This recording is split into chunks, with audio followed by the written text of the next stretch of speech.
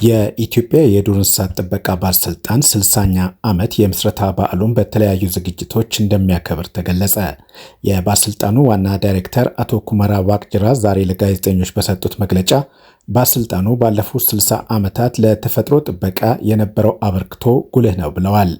የሰው ልጅ የተሰጠውን የተፈጥሮ ጸጋ በከፍተኛ ሁኔታ ለጉዳት የዳረገው ከኢንዱስትሪ አብዮት መስፋፋት ጋር ተያይዞ ነው ያሉት ዋና ዳይሬክተሩ ይህን ችግር የተገነዘቡ የተፈጥሮ ተመራማሪዎች ለተፈጥሮ ትኩረት እንዲሰጥ ጥያቄ ማንሳታቸውን ገልጸዋል።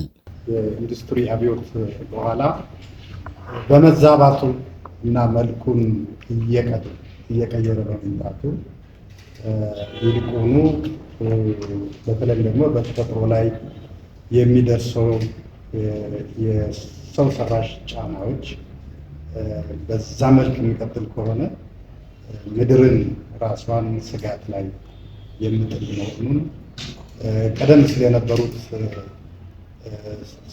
ባለሙያዎች በመገንዘባቸው የተፈጥሮ ጥበቃ የሚባል ስርዓት በዓለም ላይ መምጣት እንዳለበት ተወስኗል ማለት ነው። እንግዲህ ይሄ ኦልሞስት በ1940ዎቹ እንደ አውሮፓውያን አቆጣጠር ያለው ነው የማነሳው። ይህም በመሆኑ የዓለም የተፈጥሮ ሀብት ጥበቃ ህብረት ተቋቁሟል። እንግዲህ ከዛ በፊት በርካታ ጥረቶች ተደርጓል። በ1880ዎቹ ውስጥ በተለይ በምድረ አሜሪካ ትልቅ እንቅስቃሴ ነበረ። በዚህም በተለይ የሎስቶን የሚባል የመጀመሪያው የዓለማችን ብሔራዊ ፓርክ እንደተቋቋመ እናስታውሰው ነው የሚሆነው። ይህንኑ ቀጥሎ እንግዲህ ይሄው ፍልስፍና ወደ አውሮፓ፣ ወደ ኤሽያ ከዛም ወደ አፍሪካ እየተስፋፋ መጥቷል። ይህ ዓለም አቀፍ ተጽዕኖ በሀገራችንም የተፈጥሮ ጥበቃ ትኩረት ተሰጥቶት እንዲሰራ ማስቻሉን አቶ ኩመራ ገልጸዋል። እንግዲህ ከሀገራችን አንጻር ስናይ በሰነድ ደረጃ ወደ 500 ዓመትም ወደ ኋላ መሄድ እንደሚችል ከዛም በኋላ ከ100 ዓመታትም በላይ ወደ ኋላ መሄድ እንደሚችል ይሄ የተፈጥሮ ጥበቃ ስርዓት መጀመሩን የሚያሳዩ መረጃዎች አሉ።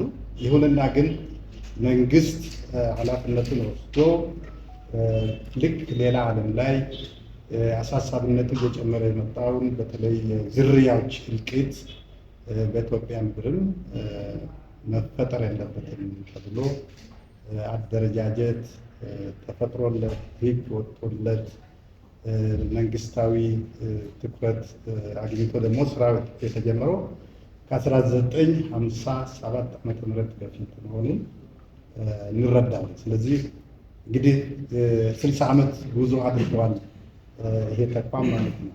የኢትዮጵያ የዱር እንስሳት ጥበቃ ባለስልጣን ባለፉት 60 ዓመታት በርካታ የህይወት መስዋዕትነት የተከፈለባቸው ሰው ሰራሽ ፈተናዎችን በመጋፈጥ የተፈጥሮ ሀብቱን በመጠበቅ ላይ እንደሚገኝ አቶ ኩመራ አብራርተዋል።